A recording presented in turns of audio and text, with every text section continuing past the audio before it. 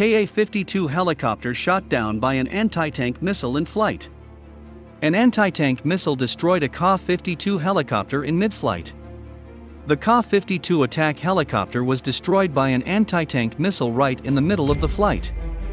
The attack on the helicopter was made from an anti-tank missile system from a hidden position from a distance of about 2.5 kilometers, established based on the duration of the anti-tank missile flight and its speed addition.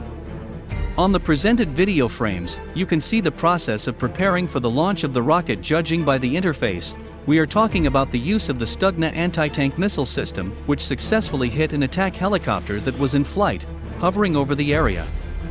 Considering the presented video, the crew of the combat helicopter at the last moment noticed an approaching guided missile and tried to evade the rotorcraft, the design of which provides for the presence of two coaxial rotors, but the missile successfully hit the helicopter.